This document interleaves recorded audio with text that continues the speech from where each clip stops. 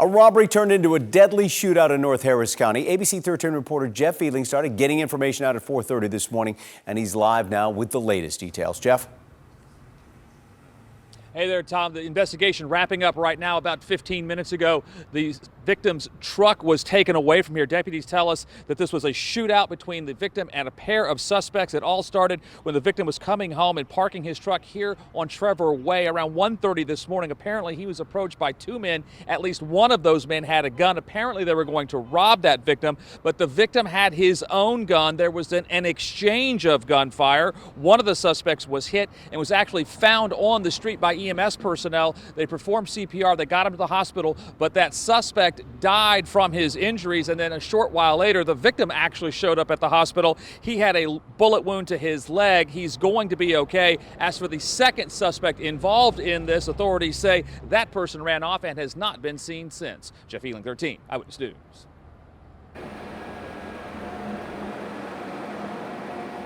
I'm Courtney Fisher in Northwest Harris County, a couple miles east of George Bush Airport, where one driver is dead after slamming his red pickup truck into that tree. You can see nothing but tree branches left. I want to show you video from overnight. Firefighters and police used chainsaws to cut the roof off of a red truck, that crashed into the tree, and get the driver out. He was flown to the hospital but did not survive. A limb of the tree may have impaled him when he crashed. First, though, the truck and a gray Nissan collided. They were going the same way. Police looking into whether or not they were racing. It doesn't appear either driver had been drinking at this point. Police have not released the name or the age of the man killed.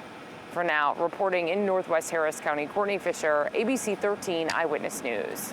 Also new this morning, Hiram Clark at West Fuqua is back open in southwest Houston. It's where police say a car hit and killed a man around 11 o'clock last night. Police say the man was walking across Hiram Clark. The driver did stop. Police say he didn't show signs of intoxication.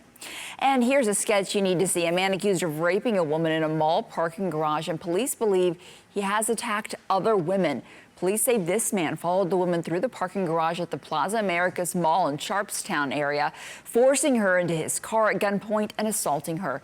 The attack happened at 6 a.m. on February 2nd. Police say leads have run dry, and they're hoping they can show you this sketch and get more in. Crime Stoppers just sent us this photo of a man who broke a statue of Jesus. The photo taken from a surveillance camera near South Dairy Ashford at Westheimer. The man approached that statue that was outside a business in late April, grabbed the statue of Jesus' head, and it fell over and broke. A statue worth about $8,000, so they are trying to catch him. There's now a reward up to $5,000 at Crime Stoppers. Tonight is the Astros' time to shine. 6 of them, more than any other team, are on tonight's All-Star team in Cleveland. George Springer and Michael Brantley in the starting lineup. So is Justin Verlander. He is the starting pitcher. Verlander's 8th All-Star game, his 2nd All-Star start. He's getting hot. That boy. He's getting hot Right now, but he's got to go because he has to hit about 15 more to catch a Peterson. That was Alex Bregman last night in the home run derby. He hit 16 home runs. It was not enough to keep up with outfielder Jock Peterson, who had 21. Bregman out in the first round. But the New York Mets rookie Pete Alonso won it all, taking home a $1 million prize for hitting the most home runs in last night's derby. ABC Chief Meteorologist Ginger Z on the road this morning on her way to Houston. She showed us viewers the sunrise in the Wichita Mountains of Oklahoma. She's in the RV with Good Morning America headed here tomorrow morning. Michael Strahan will be joining her at Discovery Green from 5 to 8 tomorrow morning, part of the GMA Big Summer Road Trip.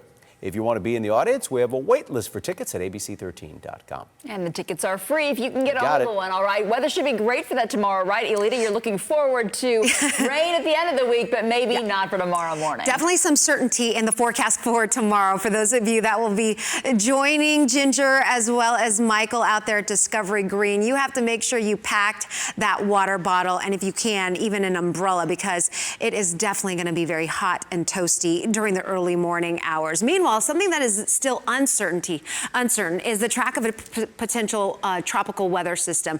The confidence is building, an 80% chance odds that this disturbance here, now beginning to move into Florida, will eventually become our next tropical depression or tropical storm Barry. That has not changed. The formation zone over the last 24 hours has gone from just incorporating the coastline of Louisiana to now the upper Texas coastline. That's why direct impacts to us here later on this week cannot be ruled out. We go from awareness mode to preparedness mode, so keep that in mind. For today, we've got a small chance for a big thunderstorm. Temperature readings in the mid-90s. Feels like temperatures between 105 to 110. A heat advisory is in effect beginning at 1 o'clock this afternoon until 7 p.m. The forecast for the remainder of the week, really Friday into the weekend, is all going to be dictated to whatever develops out there in the Gulf of Mexico. So keep it right here on ABC13.com for the rest of those details. Catherine.